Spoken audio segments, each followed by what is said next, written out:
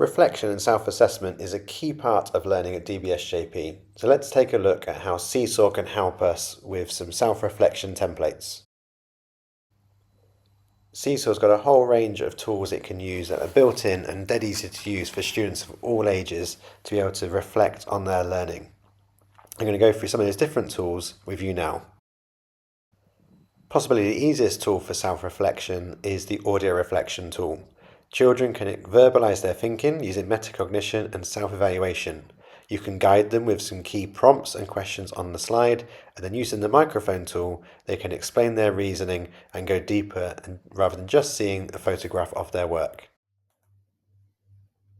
Children can use an audio reflection template, something like this, where they can upload a picture of their work. They can take a picture on their iPad or their device, upload the picture, resize it as needed within the box, and then by clicking the microphone tool, they can then give some feedback on their piece of work, maybe against some key questions that you've given to them, and that could go onto the slide as well, what you want them to respond to, or maybe a generic reflection. They can click on the microphone, it will start screen recording, and they can give that feedback. So I'm really proud of this piece of work. I think I've met the success criteria because I've worked really hard on my expanded noun phrases. I've tried hard with my punctuation, and I've done some corrections to my capital letters and full stops. Click done, and then you as the teacher can watch that back, and they can also listen to it back as they go through as well. In a similar way to audio reflections, video reflections are also powerful tools that children can use. Here, they film themselves talking about their piece of work or their learning that's taken place. You can guide them again with key prompts that might appear on the slide. The only key difference here is that they're using the video option rather than the microphone option. The video reflection tool is very similar to audio reflection, so I'm going to upload a piece of work in the space provided. And then using the video tool this time, I'm going to narrate my work or give some feedback, again, maybe against some given questions or success criteria. So I'm going to go to my camera and video.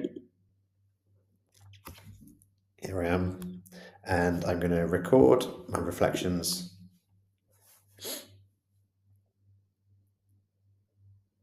So I'm really proud of this piece of work. I think I've met the success criteria. I've worked really hard on my punctuation. I think I've corrected all my punctuation, and I've checked my success criteria, and I've met my targets there. Click done. They can resize the video as needed. I've suggested to put it onto the side so you can see their piece of work and the video just to the right. One of the most powerful tools for self-reflection has to be the screen recording tool. Teachers can use this to give feedback to children, but children can also use it to guide their teachers through their learning. They can annotate their work, they can highlight different features of their texts, all in real time. The screen recording and annotations tool uses the same tool as the microphone tool. The difference here is that you can use the drawing tools to annotate the work as they go through. This is really good for children explaining their reasoning or thinking as they go. So let's upload a piece of work again.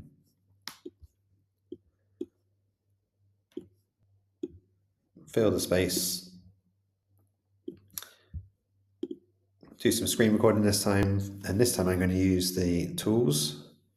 So here's my piece of work. I've checked on my capital letters, and here I've changed my capital letters, and here I thought about the success criteria. I've worked really hard on my presentation as well. I think I need to consider what I can do with regards to this paragraph here, because I found that a little bit tricky. And again, when I play that back, the annotations will come through as the screen recorders. So here's my piece of work. I've checked on my capital letters, and here I've changed my capital letters, and here I thought about the success. Just an alternative way of doing an audio call, because you can really see their thinking behind it as well. Giving children a template to follow can also guide their self-reflection, just like they would back in the classroom.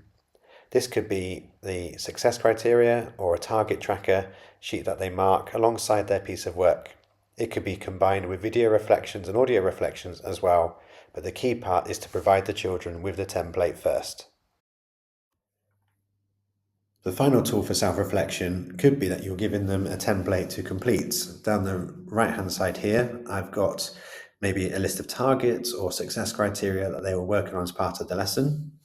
And the children have got their piece of work uploaded, and then they're going to literally self-assess to decide. Now, this could be smiley faces, it could be colouring in stars, it could simply be getting the drawing tool and thinking, right, I've ticked that one, or maybe I'm going to give it 3 stars on here.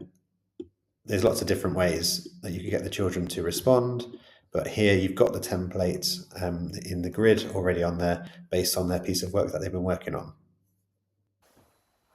A key to high quality self-reflection is giving children a guide to follow. Think about the questions that you're posing to them and how you want them to respond to those questions in order to get the most out of their self-reflection. I hope this was useful and look forward to seeing the features being used in the classroom as well as through distance learning as well.